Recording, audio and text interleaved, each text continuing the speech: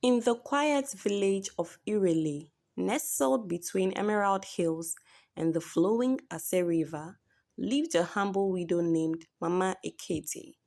She was known far and wide, not for her wealth, but for her unwavering faith and a prayer life that could shake the heavens. Life had not been easy for her. She lost her husband during a local outbreak when her children were still toddlers.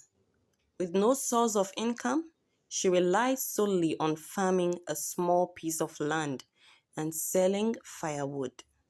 But Mama Ekete never let hardship silence her praise.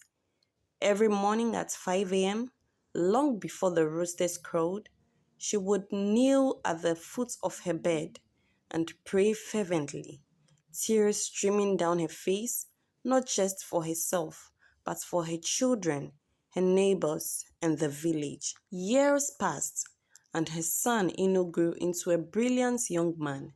He had dreams of becoming a medical doctor to help end the diseases that claimed so many lives, including his father's. But when it came time to apply to university, they found themselves facing an impossible mountain.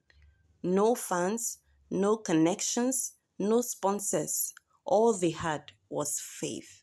One night, after Eno was turned down by a scholarship board for the third time, he came home, dropped to the ground beside his mother, and wept.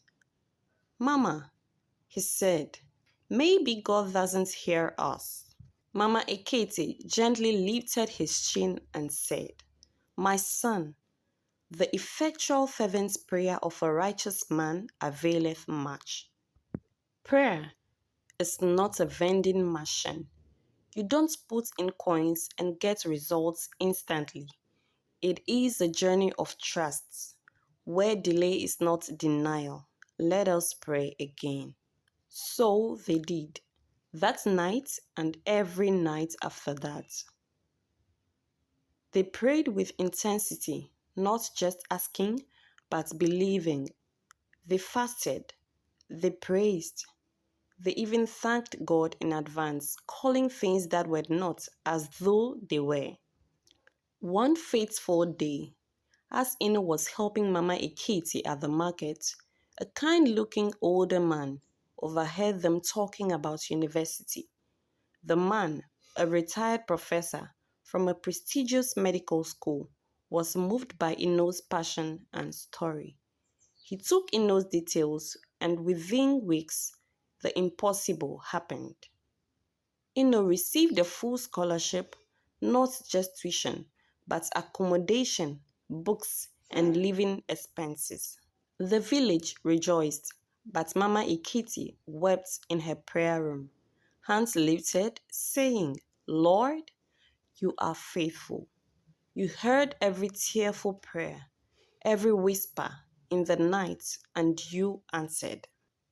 Ino went on to graduate on top of his class and returned to Irele as a doctor, building a health center that would serve generations. People no longer remembered the little widow's struggle. They remembered her fire, her prayers, and her relentless faith.